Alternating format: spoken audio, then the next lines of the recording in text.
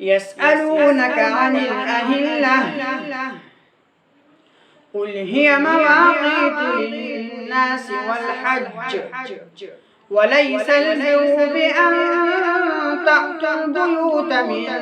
ظهورها ولكن البر من اتقى وأتوا البيوت من أبوابها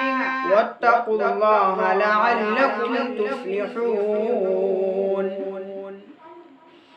وقاتلوا في سبيل الله الذين يقاتلونكم ولا تعتدوا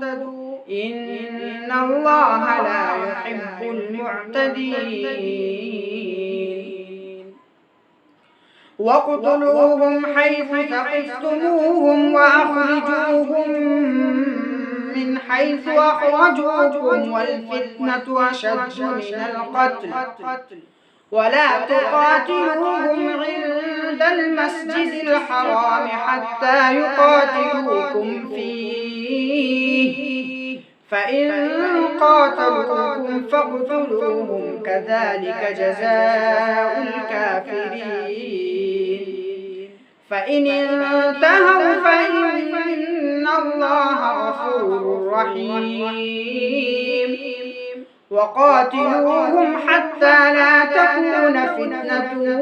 ويكون الدين لله فإن انتهوا فلا عدوان إلا على الظالمين الشهر الحرام بالشهر الحرام والحرمات قصاص فمن اعتدى عليكم فاعتدوا عليه بمثل ما اعتدى عليكم واتقوا الله واعلموا أن الله مع المتقين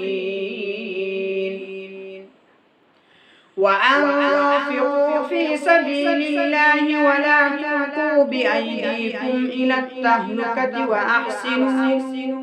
إن الله يحب المحسنين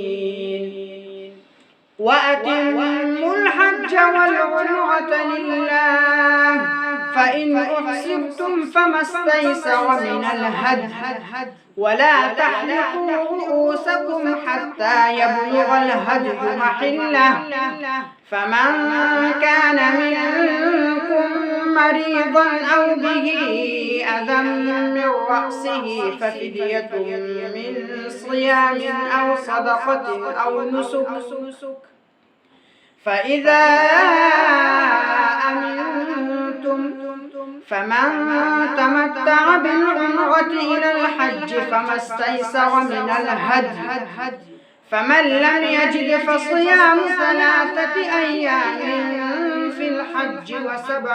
إذا رجعتم تلك 10 كاملة